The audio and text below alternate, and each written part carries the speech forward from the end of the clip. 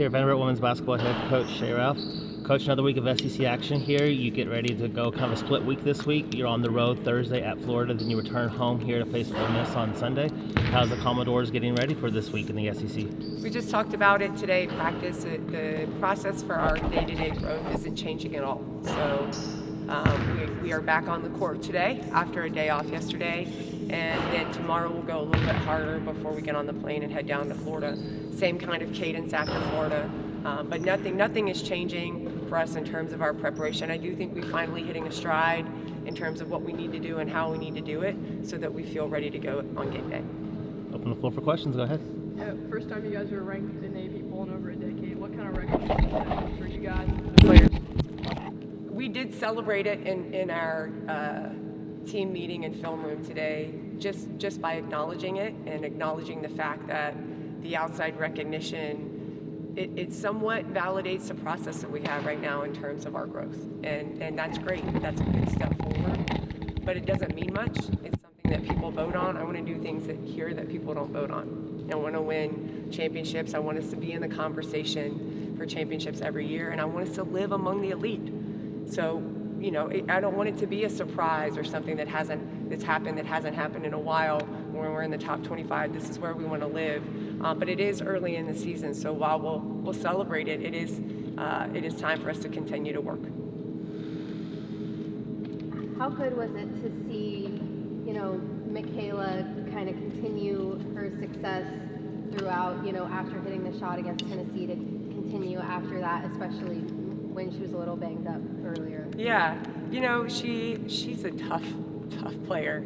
She is, in my eyes, and if you look at the things that she's been doing for our team and stat-wise, she's the best freshman in the country. And she proves it every day in practice. She's been proving it every game. There's a lot that she does on the court that we wouldn't be winning games without. And no matter how she's feeling physically, emotionally, mentally, she shows up ready to compete. And that's the makings of a champion. So the things that she does for us that you guys see in the games is nothing different than she does every single day in practice, which is why she's ready to do them in the game. And we are heavily dependent on her in a lot of ways because of those things. With Michaela, what does she bring on a day-to-day basis that we don't see? I mean, you can see it in the way that she plays. If you're paying attention and you watch basketball, you understand what a great competitor looks like, or you watch sports, then you see every single thing she does on the court is to win. So it's in her effort, it's in her communication, it's in the plays that she makes at crunch time, it's in the way that she wants the ball. When the game is on the line, it's in the defensive plays that she makes, the effort plays that she makes. I mean, I feel like the things that I'm talking about aren't things that you coach. And I know I say that over and over and over again, but Michaela will make play after play after play when it looks like the play is over, to win the game, to win the possession, to get us another possession. Whatever it is that can benefit our team, she will do it, and she has done it, and she will continue to do it. And that's something that she just has inside of her. So in terms of what separates her, it's that. Because it's not like I can give her a drill to make her better at that. She's either going to want to do it. Champions either do that or they don't. And she does it every single day.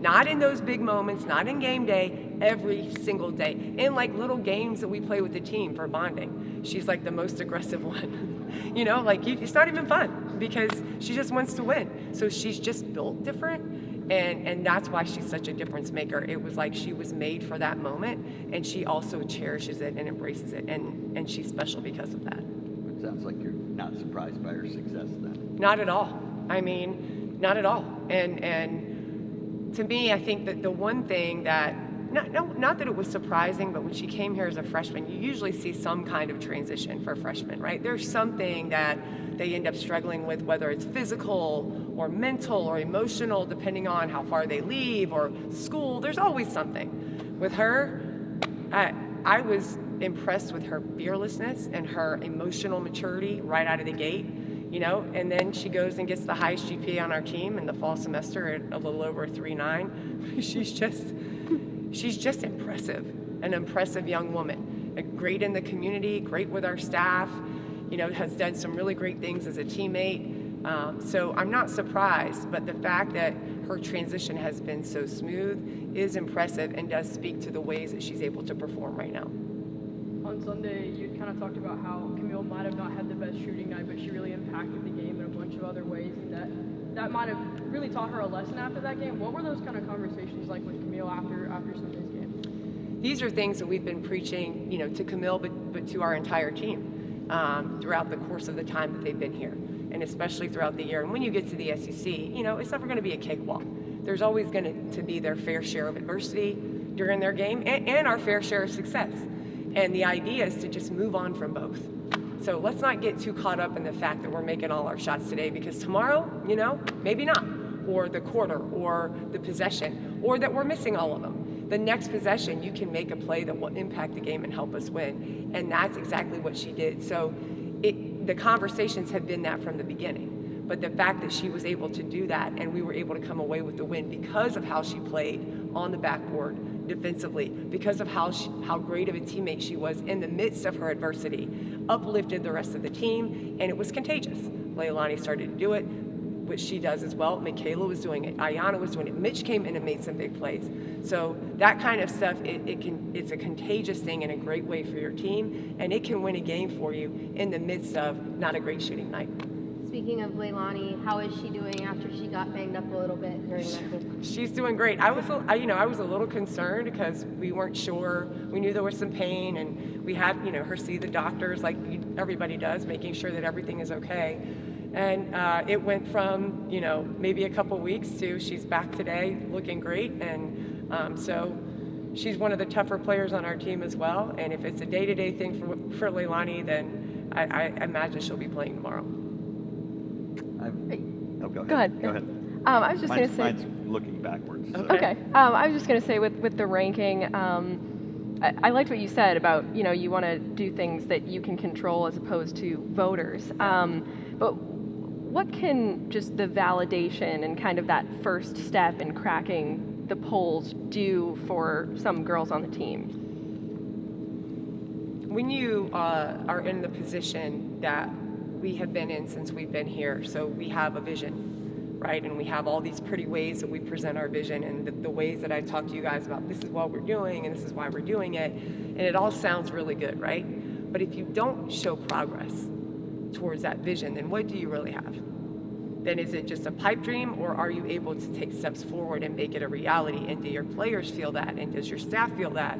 And does the community feel that? And does your recruits feel that? Is there some proof that you are taking those steps forward? So I think what we've done now, going into our fourth year, is laid that foundation. Hey, we want to go to the NCAA tournament. I remember last year, everyone at the beginning of the year was like, really? Is that your goal? It's our goal, and we think we can get there. That we know we can, but we have to do the things to put us in that position, which we did. And now we're talking about these are the things that we want to do. This is where we want to live in terms of a program and conversations, day-to-day rankings, and being able to compete and show that we are worthy of being in those conversations, whether it's in the top of the SEC or the top of the country.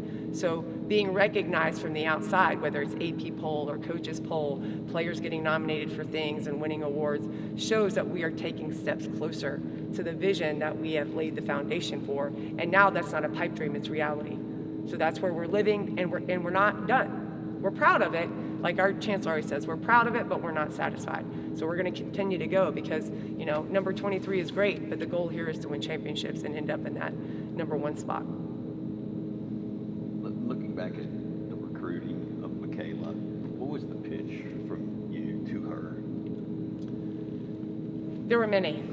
There were many pitches. I'm not sure that I would describe the way that I recruit as pitching, or, people talk about recruiting as sales. I'm not a very good salesperson. I just am who I am. And so I try very hard to be real with our recruits, because I don't want them to buy something or buy into something that's not real. So, I say, hey, this is what you're going to get. And they come here and they're like, wait a minute, this isn't what you said it was. That wouldn't be great for either of us, right? So we talked about how I ended up at Vanderbilt and the vision that I had for myself and for leading the program and where I wanted to take it, the opportunities that she had that existed on and off the basketball court, the way that she had a vision for herself and the things she wanted to do, and how clearly they matched, right? So Michaela and I are very similar in the things that we want to accomplish. as competitors. And we also have kind of a very unique path here where it's not really been done before at Vanderbilt, the things we want to accomplish. So she thought that was really cool. She wanted to be part of it. I think the other part that I have no control over is the leadership that we have.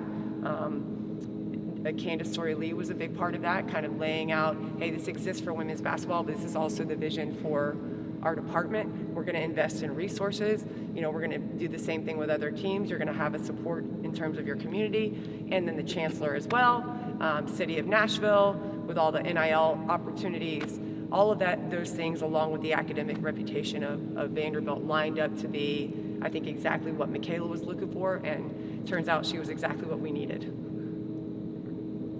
Any other questions? All right, Yeah. thank you for your time, Coach. Yeah, thank you Thanks guys so so much. much. Thank you.